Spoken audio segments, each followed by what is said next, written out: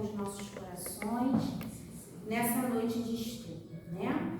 E nós vamos estudar hoje o Evangelho segundo o Espiritismo, capítulo 8, Bem-aventurados que têm o coração puro.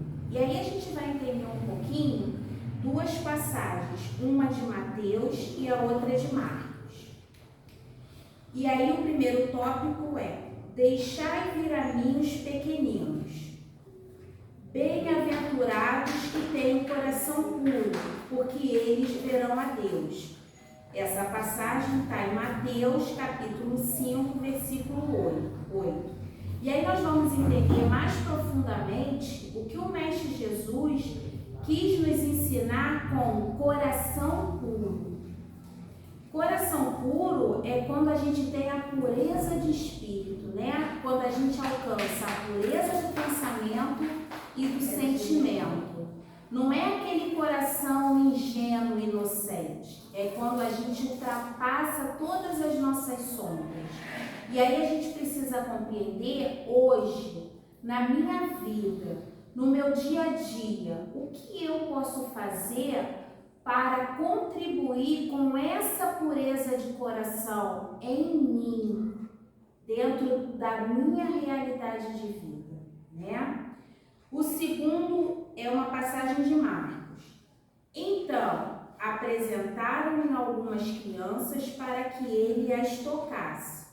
E como seus discípulos repelissem com palavras rudes aqueles que as apresentavam, Jesus ficou muito desgostoso e lhes disse: deixai vir a mim os pequeninos, não os embaraceis, porque o reino dos céus é para aqueles que se assemelham a eles. Em verdade vos digo, todo aquele que não receber o reino de Deus como uma criança, não entrará nele. E abraçando-as e impondo-lhes as mãos, as abençoava. Marcos, capítulo 10, de 13 a 16. Então vamos entender mais a fundo por que Jesus nos ensina que precisamos nos assemelhar a uma criança. Que precisamos não nos igualar, mas nos assemelhar. Por quê? Por causa da pureza que a criança ainda apresenta. Porque o espírito, ao reencarnar, ele vem com aquele véu do esquecimento das suas antigas reencarnações. Então, ele não traz ainda as suas tendências afloradas. O espírito renasce, né? Vem aquele bebezinho lindo que a gente aprende a amar, que a gente espera, que a gente recebe com todo amor e carinho. E aquele espírito, aquele corpinho começa a se desenvolver e aquela criança inocente está sobre a nossa guarda, está sobre a nossa responsabilidade. E aí, essa criança, ela ainda não tem as tendências do espírito aflorada. Por isso que o Mestre Jesus fala que a gente precisa se assemelhar a eles. Como? Não tendo a malícia, não tendo a maldade, não tendo ainda as sombras tomando conta da conduta. Porque se a gente parar para perceber, num convívio entre crianças não existe o preconceito, não existe o racismo, não existe eu tenho uma condição melhor que a sua, não existe isso é meu, isso é seu. Eles compartilham. Conforme aquele espírito vai se desenvolvendo, vai pegando mais idade na matéria física, aí sim. Aí as tendências começam a aflorar e cabe a nós, responsável, trabalhar cada uma delas. Mas vamos ler o texto e a gente vai compreender melhor. No item 3, a pureza de coração é inseparável da simplicidade e da humildade. Ela exclui toda a ideia de egoísmo e de orgulho. Eis a razão por que Jesus toma a infância como símbolo dessa pureza, assim como a tomou como símbolo da humildade. Então, para eu alcançar a pureza de coração, eu preciso me libertar do meu orgulho e do meu egoísmo. Tarefas difíceis. Tarefa que muitas vezes não conseguimos numa única encarnação. Mas hoje, dentro da minha realidade, da minha vida, o que eu já consigo trabalhar em mim para ser menos egoísta? Quando eu estou numa situação que eu posso compartilhar e não compartilho. Quando eu estou numa situação que eu posso ajudar o outro, mas não ajudo. Simplesmente para não ver o outro brilhar mais do que eu. Simplesmente para não ver o outro ficar numa situação melhor do que eu. Isso é egoísmo. Quando eu estou com meu filho e ele não reparte aquele alimento que ele tem, e eu não incentivo, e eu não o oriento, eu estou mostrando para ele que ter aquele egoísmo é correto. Quando eu sei que uma pessoa precisa de uma palavra amiga e não dou, é egoísmo mesmo. Então a gente precisa, eu não sou egoísta, mas a gente precisa se autoavaliar em cada situação cotidiana, em cada situação do nosso dia a dia, se realmente a gente ainda não tem atitudes egoístas. Se a gente ainda não faz uso daquele ditado, farinha pouco, meu pirão primeiro. Porque é muito sutil as situações. A gente precisa entender aquilo que a gente já consegue fazer e o que eu não consigo fazer. Mas o importante é a gente entender o nosso limite. Eu ainda não consigo partilhar dessa forma. Eu ainda não consigo abrir mão dessa forma. Então é algo que eu já tenho que observar em mim. Porque quando a pessoa ela é no extremo egoísta, ela sofre e faz o outro sofrer. E o orgulho? Eu sou capaz de admitir um erro meu? Eu sou capaz de pedir perdão ou desculpa? Eu sou capaz de calar, mesmo sabendo que o outro não está com a razão? Calo e espero a situação passar? Ou eu quero me sobrepor, eu quero que a minha palavra prevaleça? Eu sou capaz de ir a uma pessoa e pedir ajuda? Eu sou capaz de orar a Deus e pedir ajuda? Em admitir, Senhor, sozinho eu não consigo. Senhor, está doendo muito, me ajuda. Eu sou capaz de olhar para o meu companheiro e falar, eu não estou bem, eu preciso de ajuda. Eu sou capaz de olhar para um filho e falar assim, você me desculpa, a mamãe estava muito nervosa. Então são atitudes que ferem o nosso orgulho que a gente precisa saber se a gente já consegue ultrapassar. Ou se a gente se cala, mesmo com a consciência gritando, mas a gente não dá uma palma. Eu sou capaz de fazer N situações, mas eu não sou capaz de chegar para a pessoa a quem eu feri e pedir desculpa. E o orgulhoso, ele sofre. Porque ele está sofrendo, ele está necessitando, mas ele não é capaz de pedir ajuda. Ele não é capaz de se render a uma humilhação que só existe na cabeça dele. Às vezes não é capaz de pedir uma palavra, um conselho, só para não demonstrar uma fraqueza. Eu digo isso porque eu trabalho numa outra casa onde a gente atende muitos corações em sofrimento. E muitos deles não desistem de uma vingança para não parecerem fracos. Eles sofrem, eles sentem falta dos corações amados, porque uma vez que você escolhe o caminho da vingança, você se afasta dos corações que te amam e que você ama. E para não abandonar aquela atitude de vingança, de perseguição, por mais que doa a saudade, o orgulho enraizado, porque não querem parecer fracos. Então, muitos de nós a gente ainda se coloca no pedestal achando que a gente é intocável por fora. Mas se você for estudar aquele coração, é um coração que sangra. Sangra pela solidão. Sangra por sufocamento de querer falar, de querer chorar, de querer desabafar. E o orgulho não permite.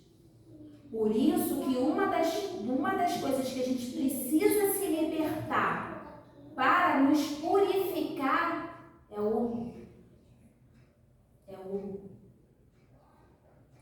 Essa comparação poderia parecer injusta se considerarmos que o espírito da criança pode ser muito antigo e que ele traz ao renascer para a vida corporal as imperfeições de que não conseguiu se livrar nas existências anteriores.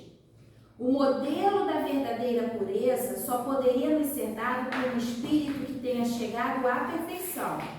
No entanto, do ponto de vista da vida presente, essa comparação é exata, porquanto a criança, não tendo ainda podido manifestar nenhuma tendência perversa, nos oferecem a imagem da inocência e da candura.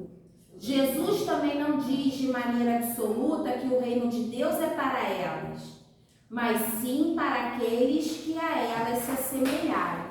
Então aqui nós temos duas situações. Aquela fase de inocência da criança, onde a criança não vê cor, status. A criança vai até o colega sem nenhuma questão de orgulho ou vaidade. Às vezes o colega deu um empurrãozinho nela. Ela levanta, ela chora, daqui a pouco ela está de mão dada com o mesmo coleguinha. É essa a inocência. É aquela fase que o espírito não guarda rancor, não guarda mágoa, não guarda ressentimento, não cria vícios. Esse é um ponto. Agora, quando esse mesmo espírito já começa desde criança a apresentar certas tendências, como o egoísmo, cabe a nós, orientadores, orientar e tentar trabalhar desde a infância. Toda criança passa pela fase do meu. É meu, é meu. Basta a gente falar, não é seu, é nosso. Oferece. Por quê? Porque a gente já vai colocando naquele coração as sementes do compartilhar, do oferecer. Quando é uma criança muito maliciosa, que chega até a ser violenta, gosta de bater, gosta de morder, nós precisamos ensinar não através da violência, mas através do amor, da paciência, do conversar, que aquela atitude que ele está fazendo com o coleguinha está errada. Se fosse ele a ser mordido, se fosse ele a levar o tapa, se fosse ele a quebrar o brinquedo do colega, se quando os nossos filhos chegam em casa com algo que não é deles, Nós precisamos entender que são essas tendências que a gente precisa observar e não pensar assim, o meu não, mas o da Ana, o meu filho jamais, mas o da minha vizinha. Eu não posso fechar os meus olhos para aquele coração que me foi entregue para eu educar, para eu orientar. A fase da inocência vai passar para aquele espírito.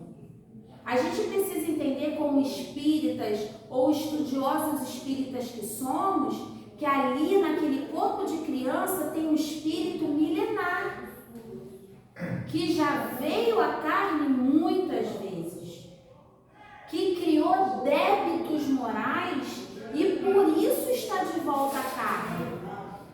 Quais são esses débitos? Não preciso saber, mas me basta observar.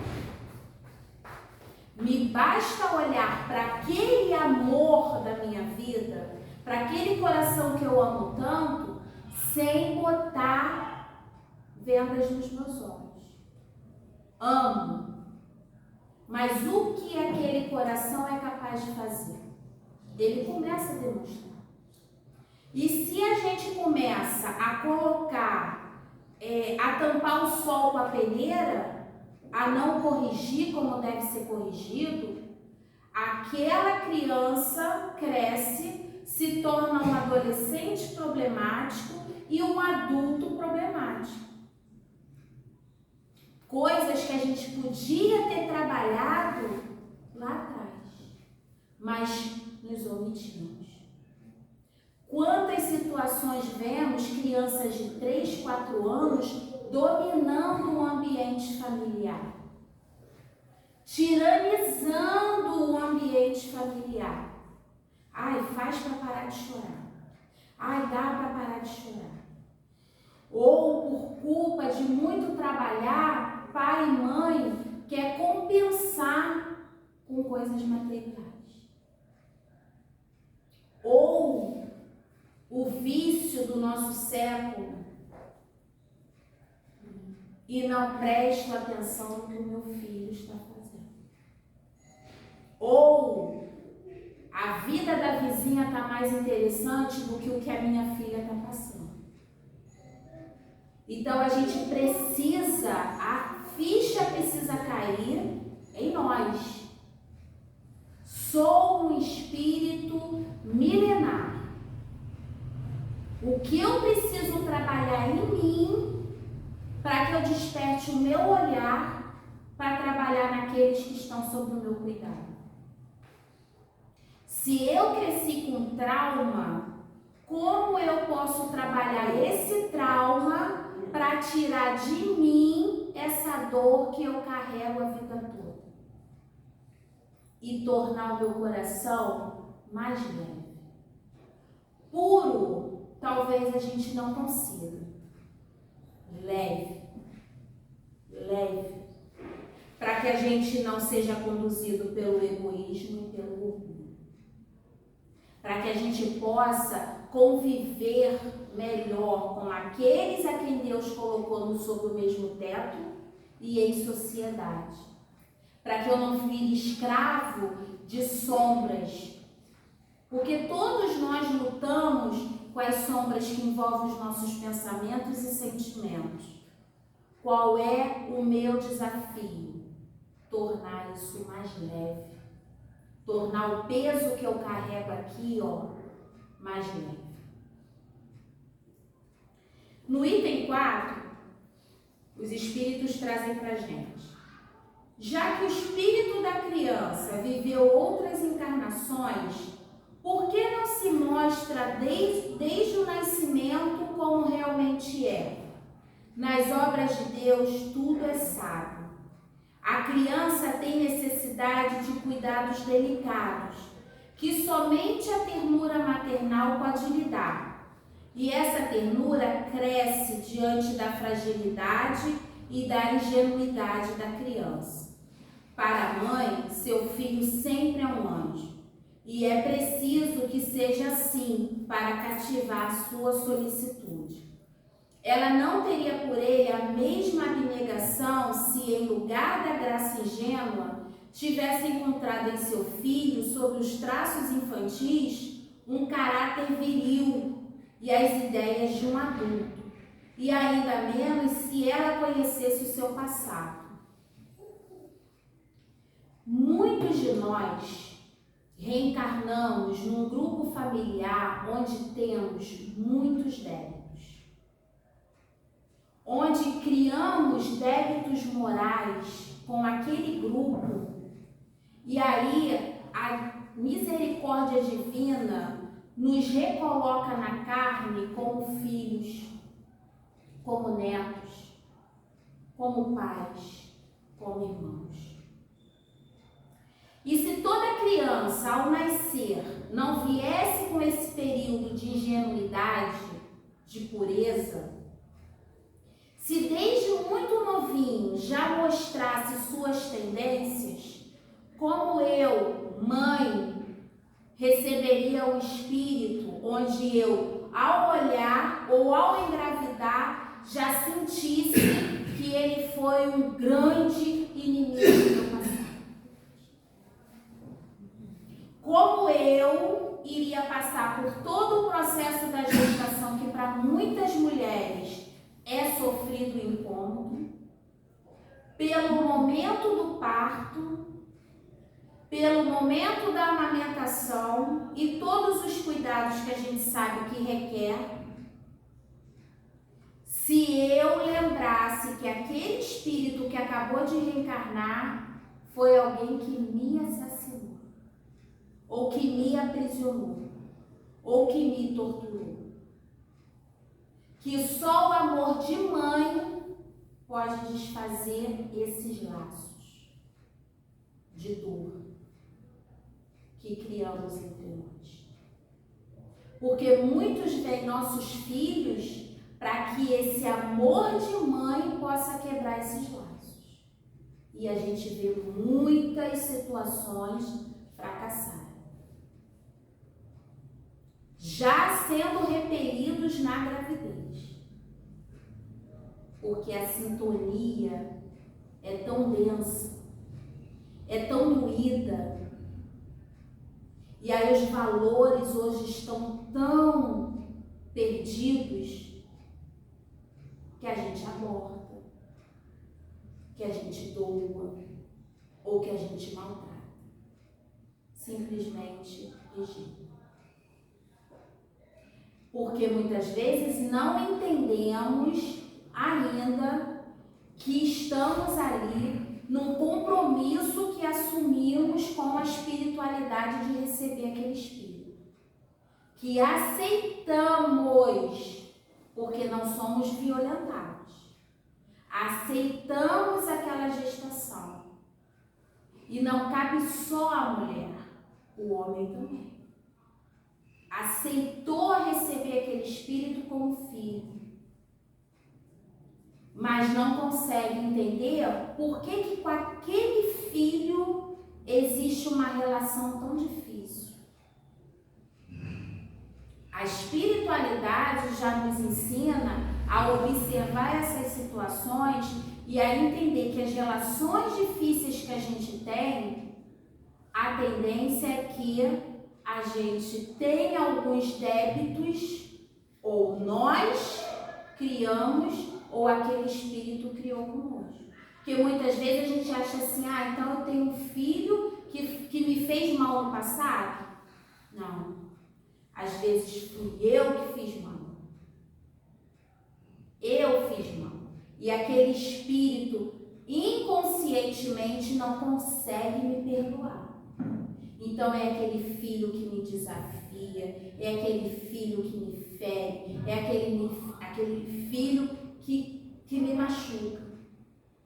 Porque eu estou tentando reparar o mal que eu fiz, mas aquele coração inconscientemente não consegue superar. Aquele espírito não consegue quebrar aquela sintonia de dor que que foi criada lá atrás. Por isso, quando a gente recebe uma criança, a gente recebe como algo novo, uma relação que vai partir do zero. E a gente cria amor, e a gente cria afeto, e a gente cria carinho. Mas conforme esse espírito vai amadurecendo na matéria e vai demonstrando as suas tendências, nós precisamos estar atentos ao que ele vai me demonstrar e a que tipo de relacionamento eu vou ter. Ana, mas eu não posso mudar esse... Não, mas cabe a mim orientar, fazer a minha parte. Qual é a minha parte? Orientar aquele espírito com amor e com moral. Ele não quer aceitar. Ele não quer se dobrar a isso. Eu continuarei fazendo a minha parte. Porque ao retornar à pátria espiritual, que o véu do esquecimento foi tirado, me será perguntado que tipo de conduta eu tive com aquele coração. Eu fui uma mãe que rejeitei, eu fui uma mãe que abandonei, eu fui uma mãe que não dei disciplina, que não dei educação, que não dei orientação, que não chamei para mim. Eu fui uma mãe relaxa, eu fechei os olhos para aquilo que estava à minha frente.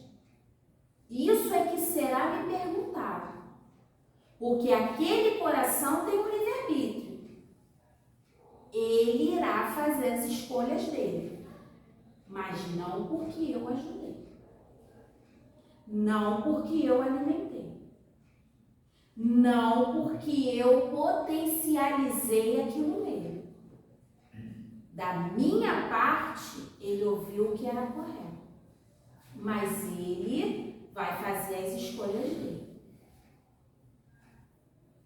É preciso, aliás, que a atividade do princípio inteligente seja proporcional à fragilidade do corpo.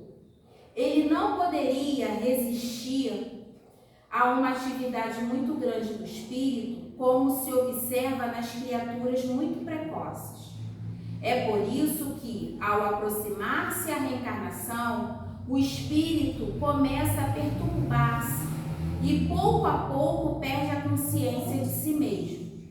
Durante um certo período permanece em uma espécie de sono, durante o qual todas as suas atividades ficam em estado latente.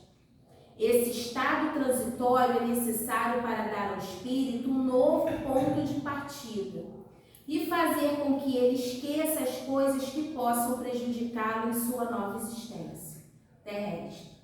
Entretanto, o passado exerce influência sobre ele, que sustentando e secundando pela intuição que conserva da existência adquirida, renasce melhor e mais forte, moral e intelectualmente. Então, quando a gente vem à carne, pelo véu do esquecimento, nós viemos zerados de sentimentos e de pensamentos. Assim como os pais que vão me receber também não sabem a história daquele espírito que eles estão recebendo. Pode ser um espírito de grande afinidade, como pode ser um espírito de grande dificuldade. Mas o que importa é, eu aceitei recebê-lo.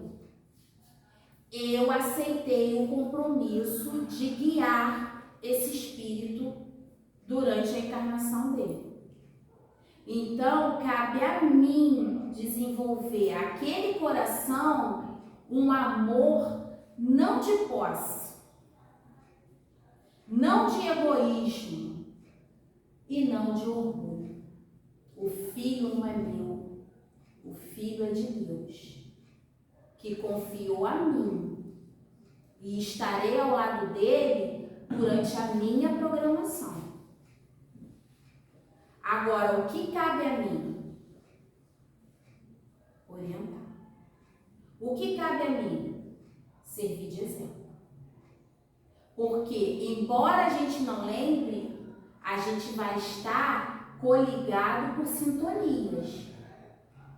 A gente vai estar ligado a irmãos desencarnados que ou estão ao nosso lado por amor para nos fortalecer e sustentar, ou estarão ao nosso lado por ódio para nos obsediar.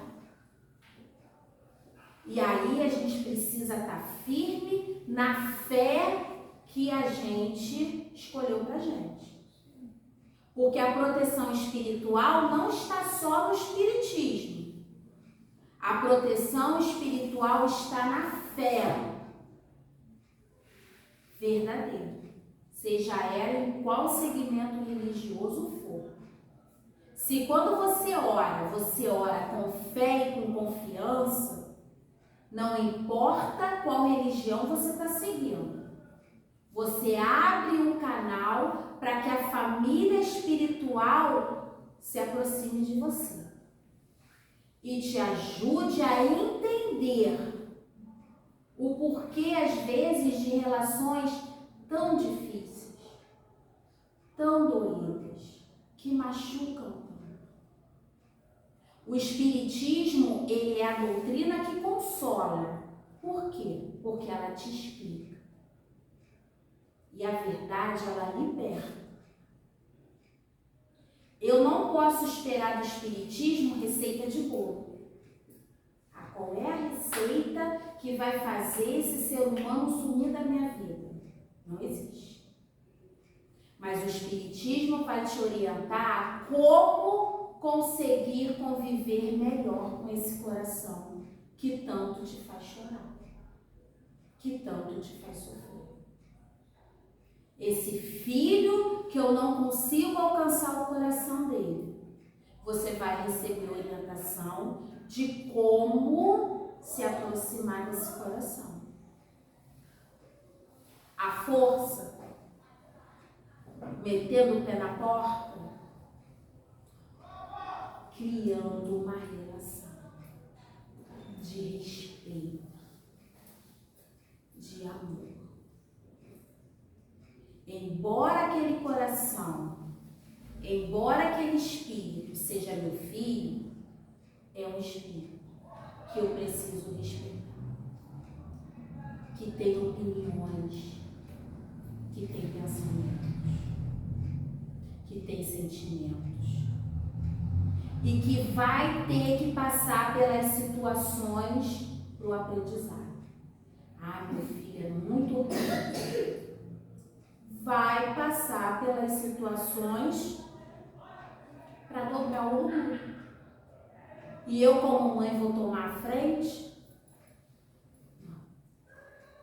Eu, como mãe, vou estar ao lado, para apoiar, para consolar, para dar a palavra certa que precisa ouvir. A minha filha tem uma personalidade muito forte. E uma vez eu fui choramingar para a espiritualidade. Só que a gente acha que vai choramingar e vai ouvir o que a gente quer ouvir. Mas a gente não ouve o que a gente quer ouvir. A espiritualidade me orientou, sabe o quê? Só acompanha. Só acompanha. Não estou entendendo. Porque o falar, ela não escuta. Então só esteja lá. Quando ela vem me pedir um conselho, ou comenta alguma coisa comigo, eu falo assim, ó, eu não faria assim. Eu faria dessa maneira. Mas você sabe o que você está fazendo, então faz do jeito que você quiser. E entro em prece. Peço ajuda à família espiritual que tome em frente. Dou umas voltas, deixo passar um tempo. Falei, e aí, o que você resolveu? Fez exatamente o que eu falei. Mas se eu enfrento, se eu critico, se eu afronto, aí eu começa uma briga, começa uma guerra, porque o orgulho não vai permitir que escute a mãe, o que a mãe falou. Tem aqueles filhos também que vêm para ensinar. Você mostra de uma forma e eles mostram totalmente diferente em todas as ocasiões. Exatamente. Que você chega a ficar envergonhado. Isso aí. Como é que uma criança ou como é que um adolescente está falando dessa forma comigo? Me ensinando, me orientando. Por quê? Porque muitas vezes aquele espírito que renasceu como filho não é um inimigo, é um amigo que veio, reencarnou justamente para ajudar aqueles dois corações, pai e mãe. Se comprometeu com aquela família para ser aquele apoio, para ser aquela palavra amiga.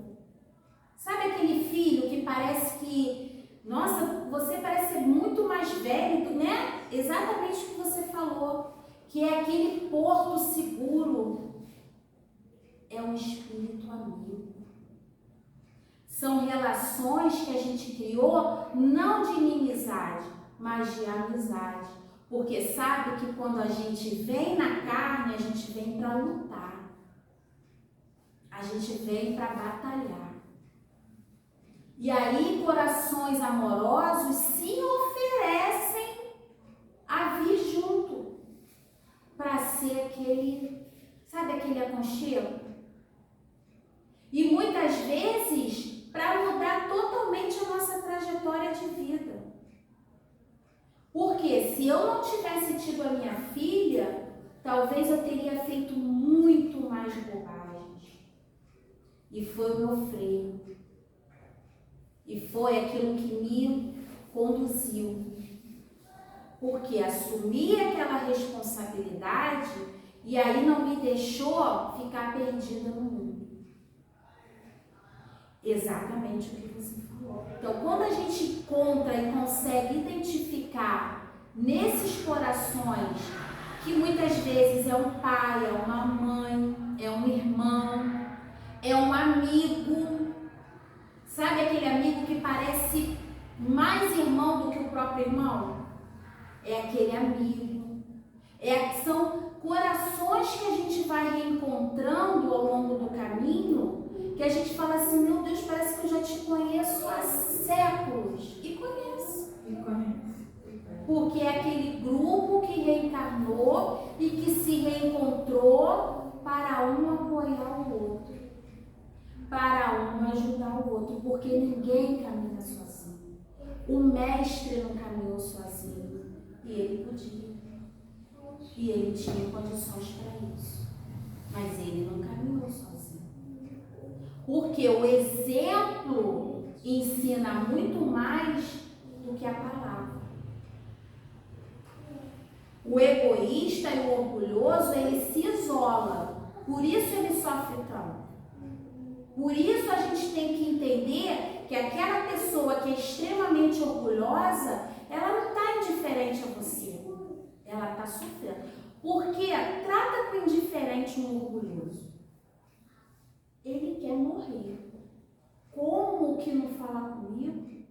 Como que... Porque ele está provando do próprio veneno. Então, quando a gente identifica esses corações adoentados, seja dentro do nosso lar, seja no nosso convívio social, a primeira coisa que a gente tem que identificar é um coração que sofre. É um coração que está doente. O que eu, na minha conduta, posso fazer em relação a isso? Eu vou piorar ou eu vou levar aquilo que eu já consigo como alento? Uma palavra, uma atitude, um comportamento que vai dar àquele espírito uma outra noção. Porque às vezes a gente tem um papel naquela vida de jogar semente.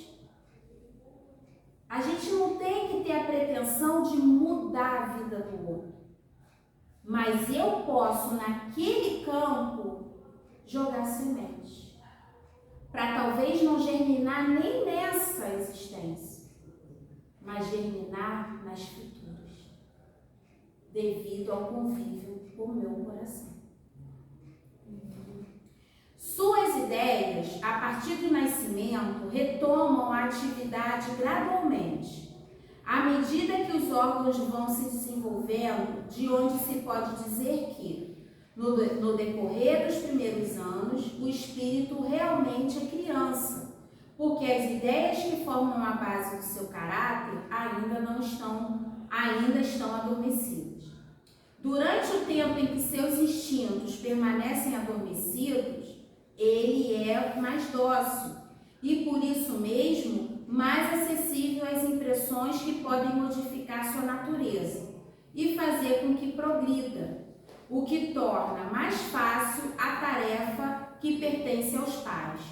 Foi exatamente aquilo que eu falei. Por ele ainda estar muito adormecido, as suas tendências, é mais fácil nesse campo você ir orientando, você ir moldando, você ir direcionando. Olha, filho, não está certo fazer isso, não é assim que se fala, não é assim que responde, né? Ali você vai começar a moldar talvez um caráter que deixa de ser tão agressivo, deixa de ser tão prepotente, deixa de ser tão orgulhoso ou egoísta. Por quê? Porque ele vai levar isso com ele. Talvez a gente não consiga tirar de um todo, mas a gente consegue dar uma amenizada, se a gente conseguir observar. Portanto, por algum tempo, o espírito se reveste com o manto da inocência. E Jesus está com a verdade, quando toma a criança como símbolo da pureza e da simplicidade, apesar da anterioridade da alma. Então, o que a gente precisa entender é: aquele espírito que está caminhando comigo é um espírito que tem uma história espiritual. Eu sou um espírito que tem uma história espiritual. No meu coração, qual é o trabalho que eu estou fazendo de ser mais paciente, de ser mais tolerante, de ser mais indulgente, de ter empatia ao me colocar no lugar do outro, se fosse comigo. Se essa situação estivesse acontecendo na minha vida, na minha casa, porque a gente julga, a gente critica, a gente condena de cara. Mas se fosse eu a passar por essa dificuldade, se fosse eu a estar no lugar dessa mãe, como eu agiria? Se fosse eu a estar no lugar desse pai, como eu conduziria? E a gente olhar para dentro da gente, olhar para dentro do nosso lar e identificar o que está errado dentro do meu lar. O que cabe a mim melhorar. Gente, só o ato de fazer uma prece dentro do nosso lar e pedir que a espiritualidade amiga esteja ali presente, tomando conta daqueles espíritos que ali estão, que são difíceis, que estão num caminho equivocado, que estão num caminho errado, mas que são filhos de Deus. Sabe? É triste quando chega um espírito numa casa espírita em grande sofrimento e arrependidos do tempo que perderam. Pode ser a gente, pode ser um filho meu. E falarem assim para mas nunca me ensinaram nada disso. Nunca falaram de Deus para você, meu irmão. Nunca falaram do Mestre Jesus para você. Porque a vida é tão atribulada, A gente se deixa envolver num turbilhão de preocupação, de feridas nossas que a gente não cura, que a gente passa para o outro. Eu sou uma mulher frustrada, eu sou uma mulher infeliz, eu não me sinto amada no meu casamento. Eu vou conseguir ver a minha filha feliz? Eu vou conseguir dar um bom conselho a uma filha? Se eu tenho feridas em mim que eu não curei,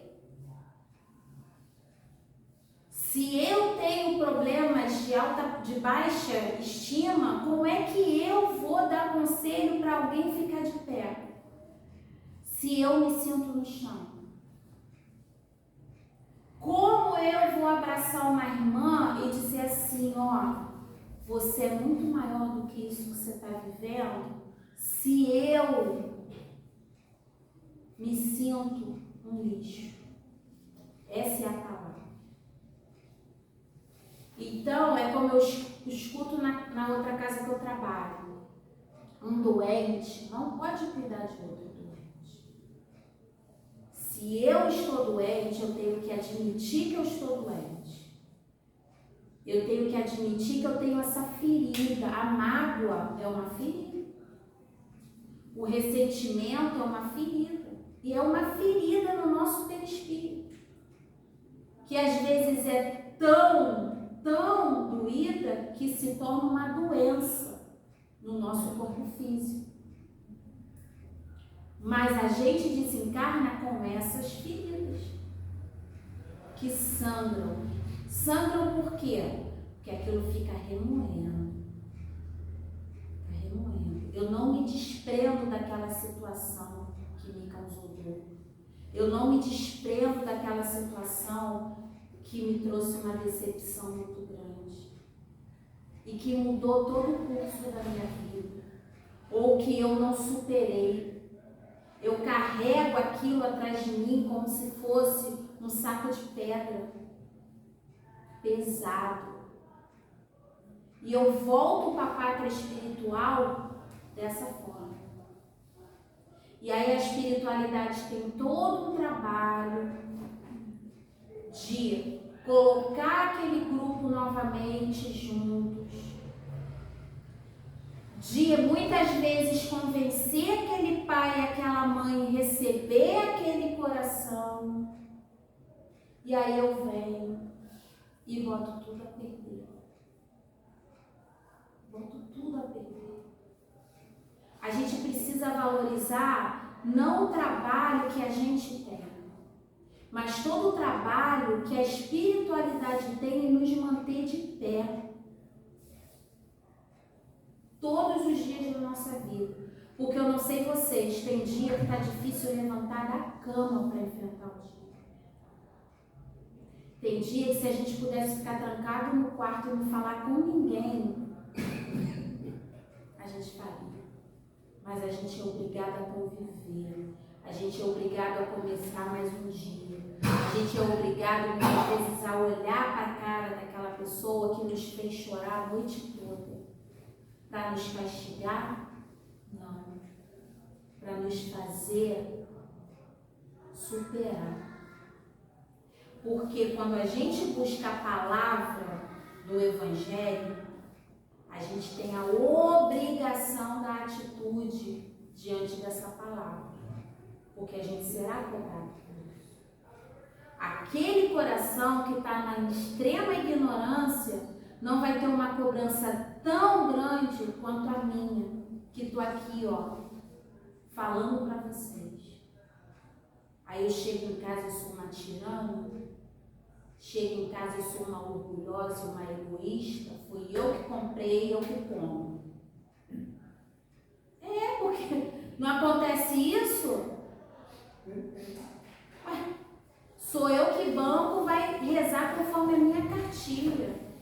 Se sou eu que estou dando, sou eu que comando.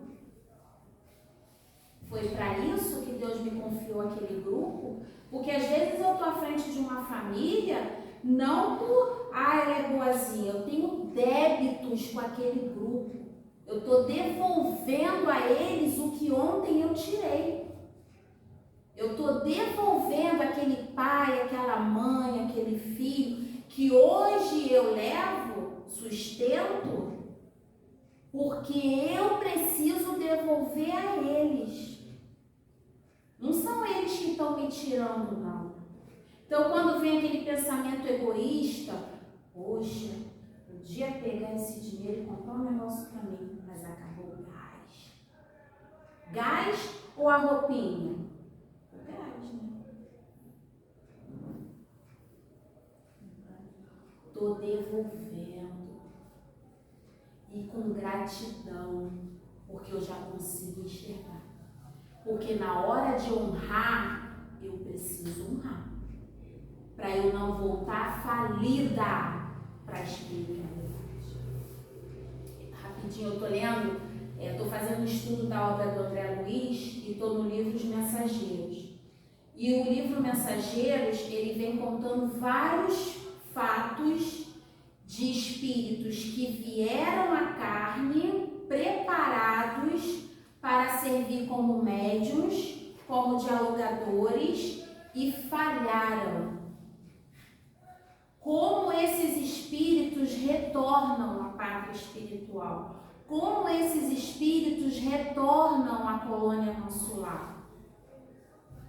Muito envergonhados, muito endividados, porque tem espíritos que se preparam por 30 anos e quando chegam à matéria, a paixão, gente, isso aqui é tão forte na gente, o egoísmo e o orgulho é tão latente na gente que a gente não consegue resistir. Por isso que cada um tem que fazer a sua autoavaliação. Dentro da informação que está me chegando, o que eu consigo fazer? Eu consigo isso aqui, então é isso que eu vou fazer. Mas eu vou fazer de coração. Eu vou botar o melhor que eu tenho nisso aqui. Para que amanhã eu vi com uma programação de alcançar 80%, a espiritualidade achava que eu ia alcançar dentro do que foi programado. Mas eu só alcancei 50%. Mas eles viram o esforço que eu fiz para chegar àqueles 50%. Porque a gente tem que ser verdadeiro primeiro com a gente. Porque o verdadeiro espírita se reconhece pelo esforço moral em se transformar. Então a espiritualidade sabe que é difícil. Hoje nós escolhemos estar aqui. Hoje nós somos um fórum de 2, 4, 6, 8, 10, 12 pessoas encarnadas. Mas eu tenho absoluta certeza, pela seriedade dessa casa, que existe centenas de desencarnados estudando aqui junto com a gente. Pela seriedade deste lar. Então, que a gente possa levar essas reflexões para a nossa vida, para nos olharmos de forma mais indulgente, não ficar nos chicoteando, não. Mas o que eu sou, aonde eu estou, o que eu posso fazer para tornar o meu coração mais puro? E o que eu posso contribuir com a vida daqueles que me cercam para que eu possa ser um bom exemplo? Porque o Mestre Jesus, ele exemplificou. Ele não deu resultado para ninguém, mas ele falou, vai por aqui, faz desse jeito, segue assim, fácil. A religião que prometer facilidades, a gente precisa ficar com o pé atrás. Porque se o Mestre Jesus não teve facilidades, que dirá a gente? Então que a gente possa levar essas palavras em nossos corações e refletirmos no nosso lar, junto aos nossos familiares, junto aos corações que convivemos em sociedade. Muita paz a todos.